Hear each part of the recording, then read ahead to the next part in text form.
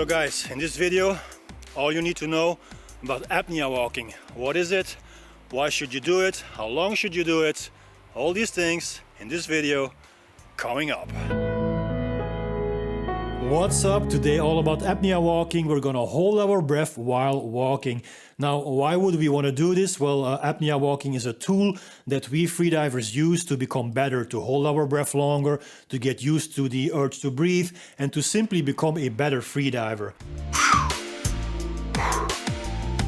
And if you're new to this channel, my name is Gert Leroy, helping you master freediving. And honestly, when I started freediving, my life just changed for the better. Freediving gave me a space, a way to relax my mind and let go of all my tension. It gave me my peace back. I found my peace, and I want you to find your peace through the practicing of freediving. So if you like this idea, consider subscribing and hit the notification bell. Let's get started. So what is apnea walking and why should you do it? So we're gonna walk while holding our breath. So this is a dry training exercise.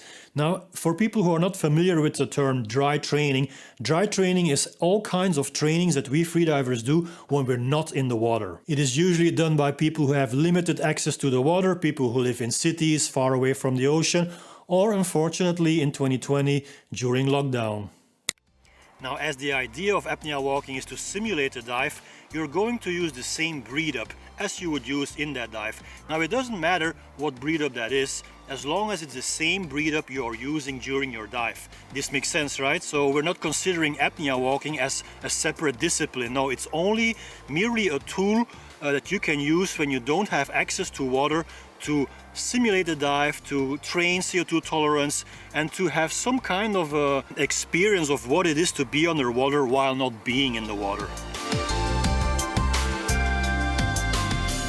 So let's talk a little bit about the breathe ups. Now, in most courses, you will learn tidal breathing. Now, tidal breathing, very short, is referred to as TV breathing or couch breathing. It's the kind of breathing that you are doing when you're not paying attention to breathing. So when you're watching TV, you don't really know how you're breathing, right? You're watching the movie. So that is tidal breathing. Now, I can demonstrate this, but I'm going to warn you already, absolutely nothing is going to happen, because when you tidal breathe, you are barely moving. So your diaphragm goes up and down a little bit, barely noticeable, and that is exactly what tidal breathing is. It is very light, almost unnoticeable breathing.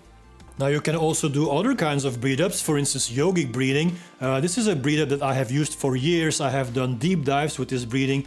So it comes down to a long controlled inhalation and a long controlled exhalation. So you're going to point your lips to restrict the flux of air coming in, and then you're going to put the tip of your tongue against the back of your teeth on the exhalation to again restrict the flux of air going out. And it looks like this.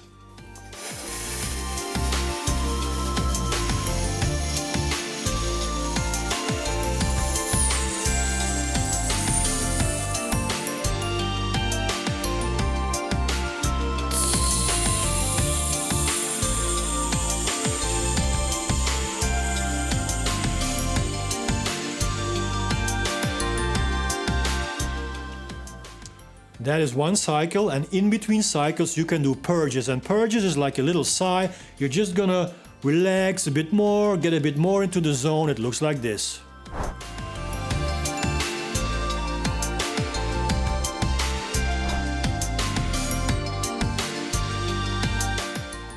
So you can do 2 purges in between cycles. Now, there are also other ways of breathing up. For instance, you can do tidal breathing and just once in a while do a purge, because it just feels nice. And remember, there is no such thing as the best breathe up. I mean, in freediving courses they will teach you one breathe up, but that doesn't mean that that is the only breathe up. I mean, it's a course and they cannot teach you everything in one course, so they have to stick to a specific program.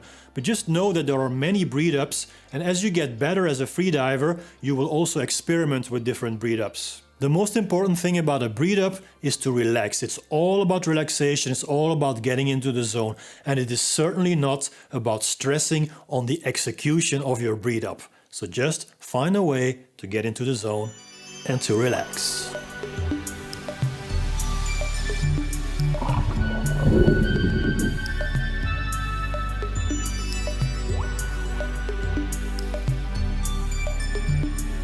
Okay, so we get the idea now. So how long should we do this and how many times per day or per week? So first, let's talk a bit on how to measure your apnea walk. So you can measure the time, you can measure the number of steps, you can measure the distance you're walking, or you can even measure your number of contractions. It all comes down to having a reference. So the absolute numbers, they don't matter. I mean, if you can do, let's say 30 steps and your friend does also 30 steps, that doesn't mean that both your apnea walks were the same, because he might be walking with slippers on and you with sneakers, or he might be walking in the sand and you on the streets. So the variables might be different, and that is why you have to look upon these numbers as something relative. It's only meant as a reference for yourself, so you know what you did last training session, and then you can compare this to the next one. So I would advise you to measure just by looking at the time.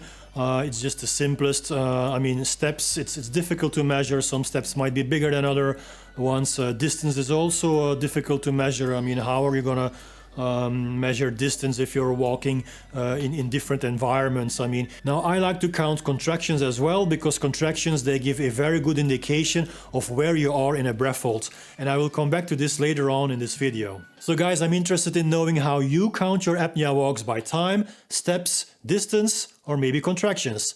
Let me know in the comments. Okay, so how long should you do these apnea walks? Well, a good way to start is to do sets of 3. So you're gonna do an apnea walk, you rest, an apnea walk, you rest, and again an apnea walk. By the way, when you do different sets with specific rest intervals in between, we call this tables in freediving. So whenever you hear someone saying, do you do CO2 tables, apnea walk tables, then now you know what they're talking about. It's different sets with specific time intervals. Okay, first example, let's do 3 sets with all fixed time intervals. So for instance, you're gonna do apnea walk 1 minute and 30 seconds, then you're gonna take 2 minutes rest, then again 1 minute 30 seconds, then again 2 minutes rest, and again 1 minute 30 seconds.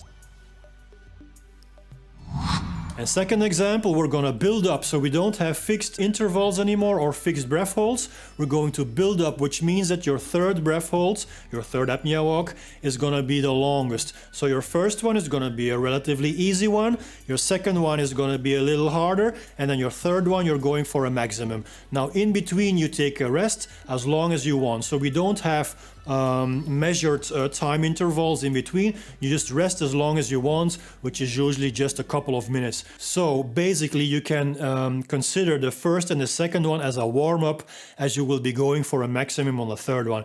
And this is how I like to do it, and I like to count on contractions. So on the first one, I go until the first contraction, then I take a rest.